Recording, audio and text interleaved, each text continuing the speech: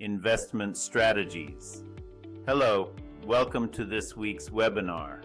I'm excited to have you here. This week we'll be discussing investment strategies.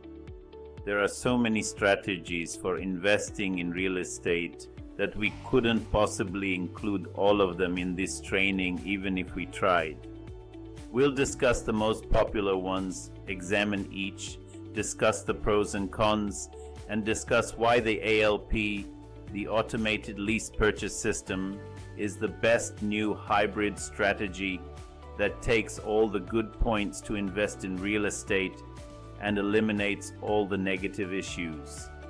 I have voraciously studied and analyzed every form of real estate investing available to most investors. These include rentals, fixes and flips, foreclosure, land development, land sales, multi-unit, multi-family, commercial, foreclosures, tax sales, rent-to-own, lease options, and bankruptcy sales. I identified each, researched, analyzed, and even applied most of them in my real estate investing endeavors.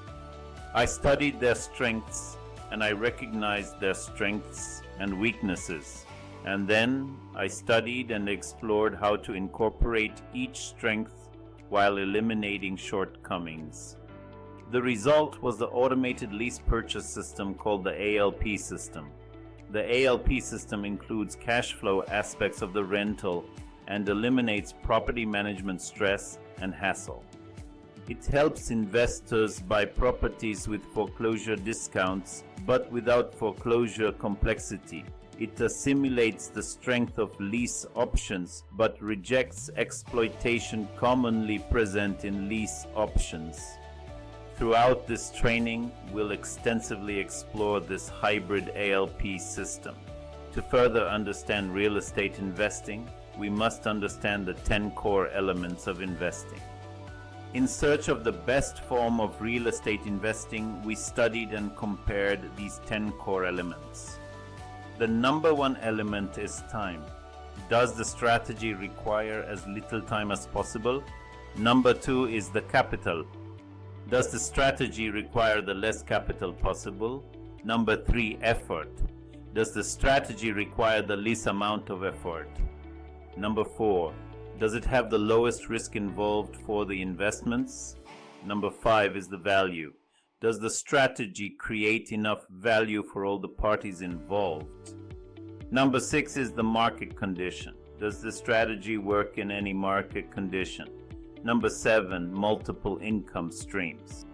Does the strategy have multiple streams of income? Number eight is profit. Does the strategy create enough profits for all the parties involved? Number nine, very important, safety of principal. Does the strategy keep the investment capital safe? Number 10, guaranteed return. Does the strategy work so that it guarantees good returns on the investments? It is very tough to find an investment strategy that meets all of the above 10 core elements of investing. I created the ALP system because I wanted a real estate investment strategy that would include all 10 elements of investing. Now, let's look at the pros and cons of major real estate investment strategies. In my real estate investment career, I have used and applied the following forms of investing, and here are the pros and cons. We discussed several investment strategies earlier. Let's explore those. Number one, rentals. Rentals are dependent on the quality of tenants. If the tenant is good and paying on time, whether it's a single family home or multi-family unit, rentals normally face problems with tenants, such as leakages, maintenance, toilets, termites, and late night calls from tenants. Rentals become a big headache if you're operating on a small scale. If you have large rentals, you can hire a rental or property management company and it would make sense. But if you're operating at a small scale, you must do everything yourself. Fix and flips.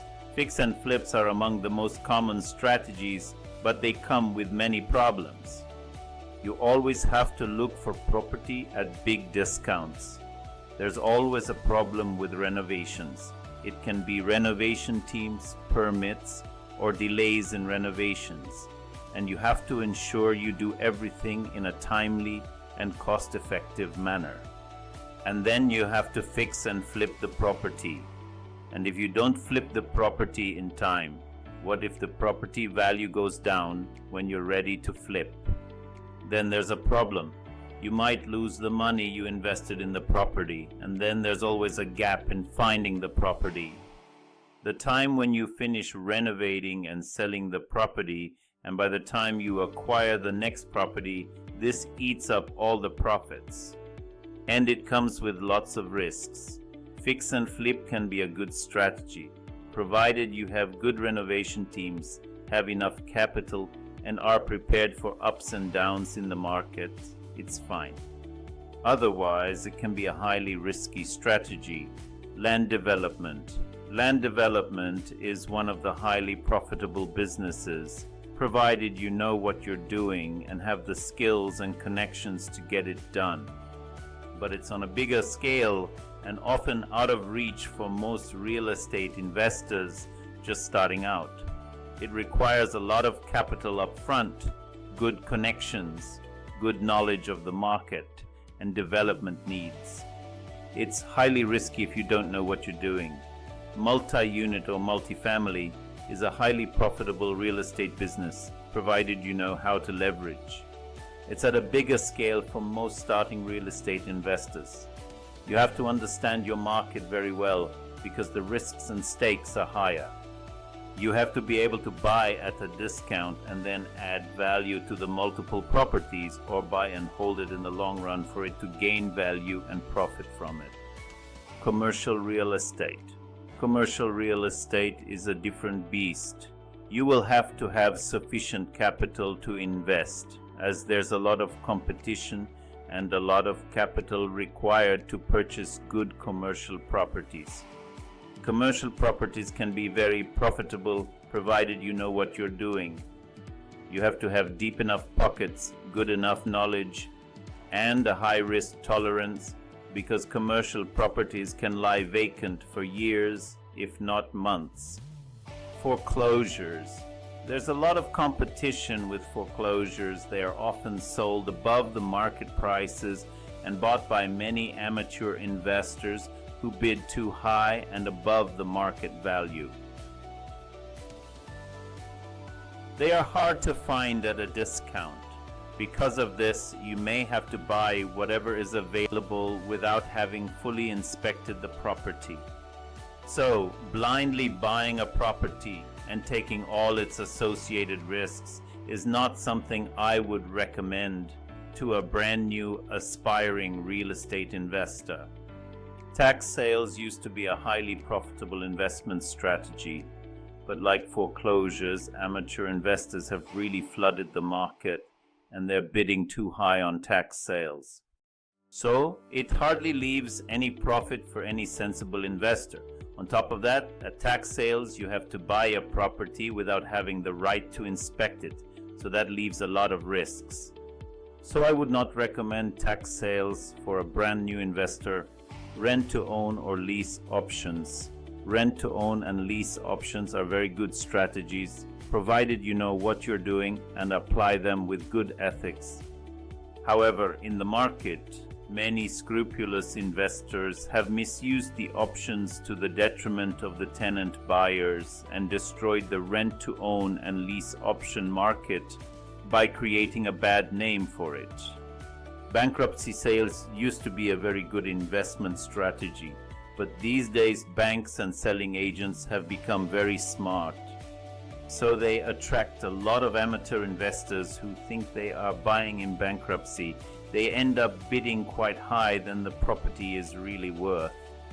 Nowadays banks are selling these properties above market values because of the hot market situation that we are in. The ALP system, the Automated Lease Purchase System, which we'll discuss in the next topic, incorporates all the good points of the above strategies and eliminates all the negative points of the above investment strategies as much as possible. So, it has become one of the best investment strategies, which we will discuss in detail in the next topic.